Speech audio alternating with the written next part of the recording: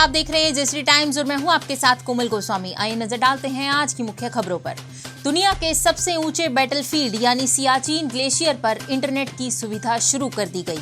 Indian army की fire and Curie force ने इस दिशा में यह अहम कदम उठाया है। फायर एंड क्यूरी फोर्स ने सियाचिन की 19,061 फीट की ऊंचाई पर सैटेलाइट आधारित इंटरनेट सर्विस को एक्टिवेट कर दिया। इस क्षेत्र में इंटरनेट सर्विस रविवार से शुरू कर दी गई।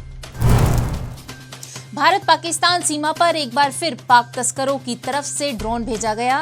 बीएसएफ के जवानों ने ड्रोन की मूवमेंट को भांपा और सर्च के दौरान 21 करोड़ की हीरोइन के साथ पिस्टल और 8 राउंड बरामद किए गए और 15 दिन में 7 बार ड्रोन के जरिए भारत में हीरोइन की खेप भेजने का प्रयास हो चुका है। चंडीगढ़ यूनिवर्सिटी वीडियो लीक मामले की परतें धीरे धीरे खुलती जा रही हैं। इस साजिश के पीछे विदेश में बैठे कुछ लोगों का हाथ बताया जा रहा है।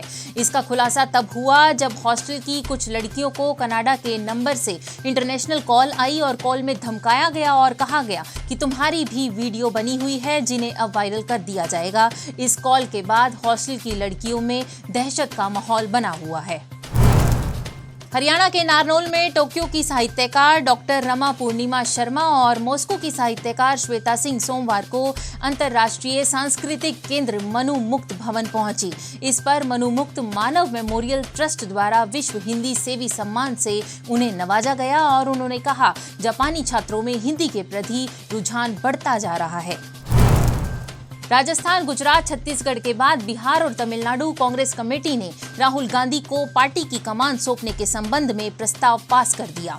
कांग्रेस अध्यक्ष चुनाव के लिए 23 सितंबर को अधिसूचना जारी होगा, जबकि 17 अक्टूबर को चुनाव प्रस्तावित है।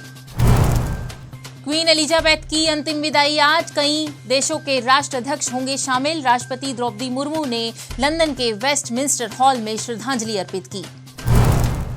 जम्मू कश्मीर में पहली बार वोट डालेंगे पाक शरणार्थी। पाक से आए 5,400 परिवारों को 68 साल बाद जमीन का हक मिला और वहीं कश्मीर में 30 साल बाद सिनेमा गुलजार। पुलवामा और शोपियां में खुले थिएटर। एलजी मनोहर सिन्हा ने कहा, जल्द ही हर जिले में खुलेंगे सिनेमा हॉल।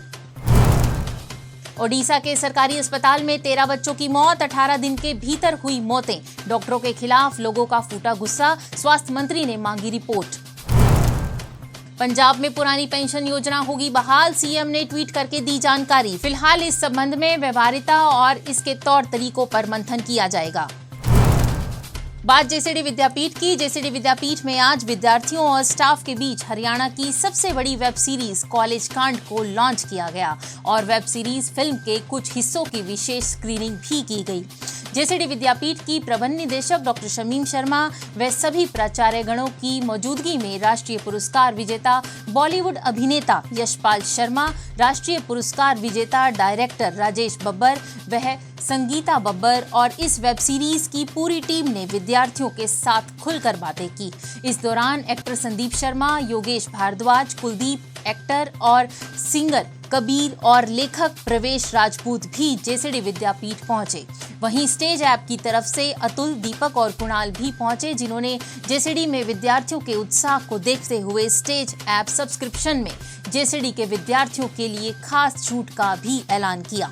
जेसीडी विद्यापीठ की प्रबंध निदेशक डॉक्टर शमीम शर्मा ने जेसीडी में पहुंचे इस वेब सीरीज के सभी टीम मेंबर्स और क्रू मेंबर्स का स्मृति चिन्ह देकर स्वागत और सम्मान किया।